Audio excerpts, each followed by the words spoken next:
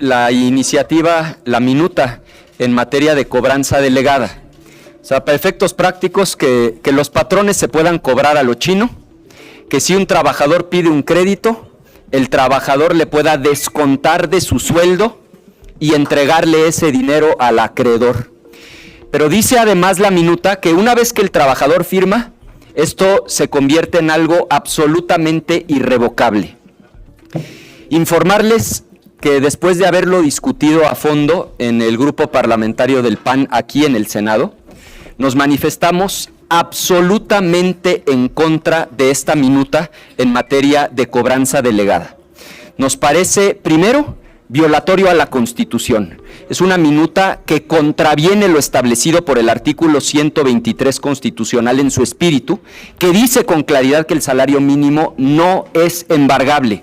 Viola de manera flagrante el artículo 112 de la Ley Federal del Trabajo, que dice con toda claridad que los salarios de los trabajadores no podrán ser embargados. Y es además una cuestión inhumana porque sabemos que en México más del 75% de las trabajadoras y los trabajadores viven al día.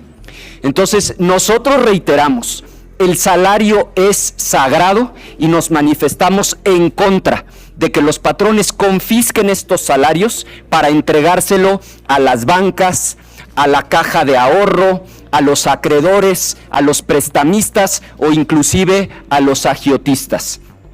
Por supuesto que nuestro voto será en contra, pero lo que nosotros exigimos es que detengan este albazo, que no se celebre la sesión de la comisión, que entiendo ya están por cancelar, y que el tema se retire. Y por supuesto, en caso de que decidan someterlo a votación, el voto del grupo parlamentario del PAN será en contra. Cuando se procesó la reforma financiera, este tema venía en una parte del paquete. Recuerdo que en aquel tiempo había algunos senadores del PAN que lo apoyaban, pero en aquel tiempo los hoy morenistas, en aquel tiempo perredistas, lo rechazaron y por eso no entró. Y ahora ellos son los que lo están impulsando. Ustedes que conocen el teje-maneje de estas cosas y de dónde vienen y quién las impulsa y todo, ¿por qué creen que ahora están apoyando algo que hace años rechazaron y que incluso en el 2022 el entonces presidente Andrés Manuel López Obrador dijo que no era correcta? Y él mismo aseguró que el salario no se debía de tocar. ¿Por qué creen que hay algún compromiso o alguna presión? ¿Por qué creen que hoy el oficialismo está apoyando lo que antes rechazó y que su presidente le dijo que no era correcto? Gracias. Con mucho gusto. La primera es que sin duda hay intereses económicos muy poderosos detrás de esta iniciativa. Básicamente quienes se dedican a prestar dinero quieren garantizar que si el trabajador no paga, pues el patrón literalmente confisque el recurso y pague por ellos. Pero no contentos con eso, establecen la palabra irrevocable en la minuta, de tal forma que el trabajador, una vez que firme ese papel, tiene literalmente su salario embargado. Claro que hay intereses económicos muy poderosos que por lo visto hicieron cambiar a algunos integrantes del oficialismo de opinión.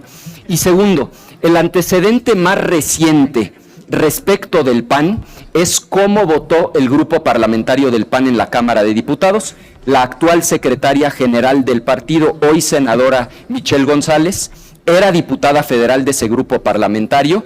Ella fue de las expositoras ahora en la reunión previa y nos recordó que el grupo parlamentario del PAN por unanimidad votó en contra de esta reforma en la Cámara de Diputados, y en congruencia con la posición del PAN es que nosotros la estamos rechazando, y lo subrayo, en defensa de los trabajadores y en defensa de la economía familiar de las y los trabajadores.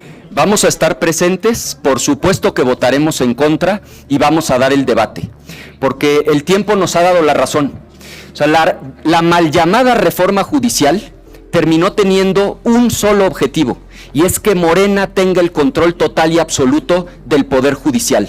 Lo que nosotros anticipamos sucedió. El comité de evaluación es una farsa, son los amigos del régimen que les hizo el trabajo sucio. De 500 personas, por ejemplo, en uno de los comités que se habían inscrito para ministros de la Corte, el comité de evaluación redujo la lista a 39. violando la ley, porque la ley dice con toda claridad que para ministros tenían que introducir 90 nombres, pero como no había 90 incondicionales, solamente introdujeron 39.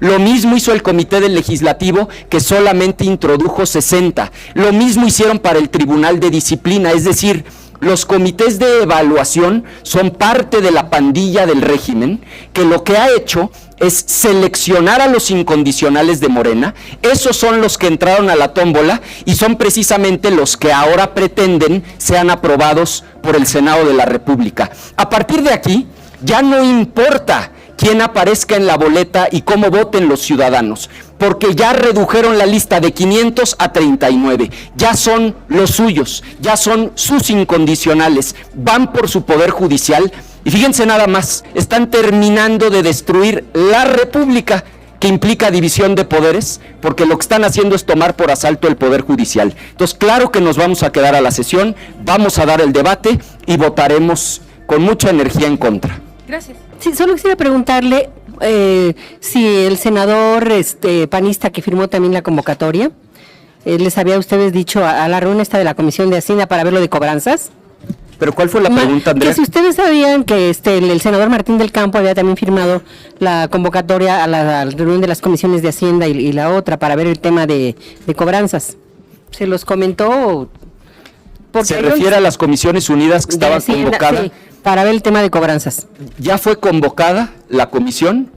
El hecho de que él cumpla con una función que es estrictamente institucional, como es convocar a una sesión, no implica bajo ninguna circunstancia que él esté avalando de fondo la reforma. Entonces, la posición del grupo parlamentario es coincidente con la del senador Toño Martín del Campo. Él está de acuerdo con lo que aquí hemos expuesto, pero él entiende que tiene una función institucional que cumplir y no estaría en su papel estar obstaculizando el trabajo legislativo. Nosotros lo respaldamos.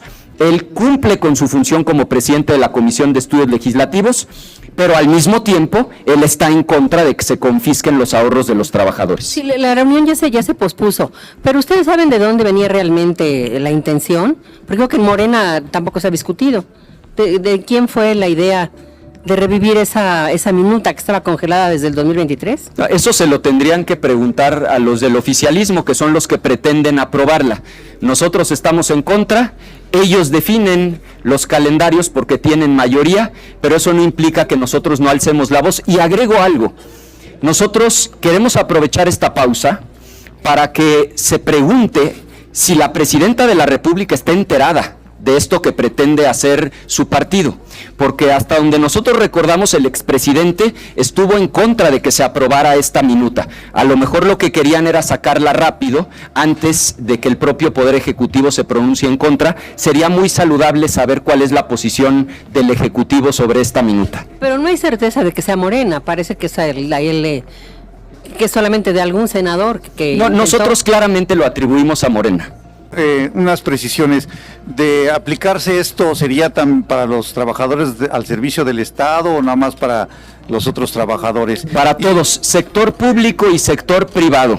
Implica que los bancos, los agiotistas, las cajas populares se puedan cobrar a lo chino. Una vez que el trabajador firma el papel, entonces el patrón retiene el dinero y se lo entrega directamente al banco, es decir, le están autorizando al patrón a confiscar el salario del trabajador, hasta un 40% del salario del trabajador, una absoluta barbaridad.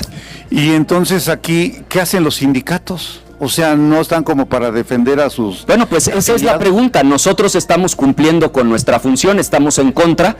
Ojalá se pronuncien quienes teóricamente representan los intereses de los trabajadores. Y en dado caso, por ejemplo, los trabajadores se podrían amparar, o ese amparo ya no funciona. Bueno, por lo pronto hagamos el esfuerzo por detener esta ley, más nos vale detenerla, porque con eso de que ya acabaron con el Poder Judicial, si no la logramos detener, no va a haber instancia a la cual acudir.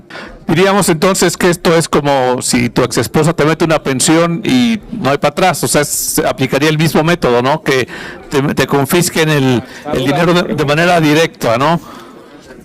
A ver, ese es un muy buen punto, porque miren, el artículo 112 de la Ley Federal del Trabajo establece una sola excepción en la que sí se puede embargar el salario de un trabajador, y es justamente para pagar una pensión alimenticia. Entonces, de eso estamos absolutamente a favor. Los deudores alimentarios, claro, que paguen. Esa es la única excepción que hoy permite la ley. Lo increíble es que quienes presentaron esta iniciativa lo que pretenden es equiparar cualquier crédito con una tienda, con un banco, con una caja popular, con una pensión alimenticia, y eso es absolutamente inaceptable. Claro que debe poderse embargar una parte del salario para cumplir con las obligaciones familiares de la pareja, de los hijos, bajo ninguna circunstancia para pagar un crédito a una institución financiera. Muchas gracias. Mi segunda pregunta sería, senador, la postura de su bancada con lo anunciado hoy por la presidenta de la ley antirreelección y contra el nepotismo. Acaba de llegar.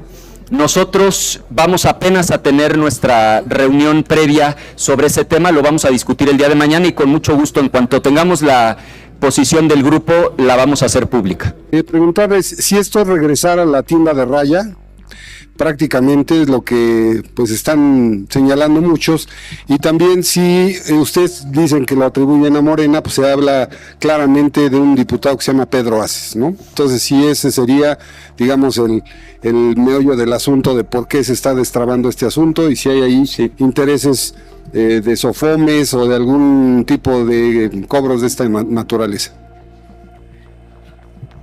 Sí, a ver, las tres cosas. Primero, a ver, no hay duda de que esto es atribuible a Morena. Aquí no pueden aventar la piedra y esconder la mano por una razón muy sencilla, porque es una minuta.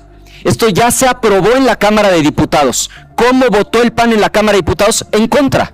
¿Cómo votaron Morena y sus aliados a favor?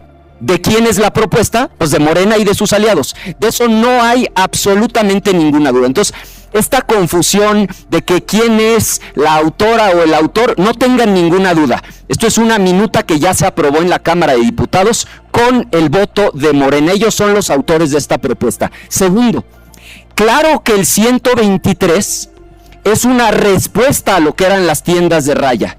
Y claro que esto nos regresa a esas épocas en las que los patrones podían confiscar el salario de los trabajadores.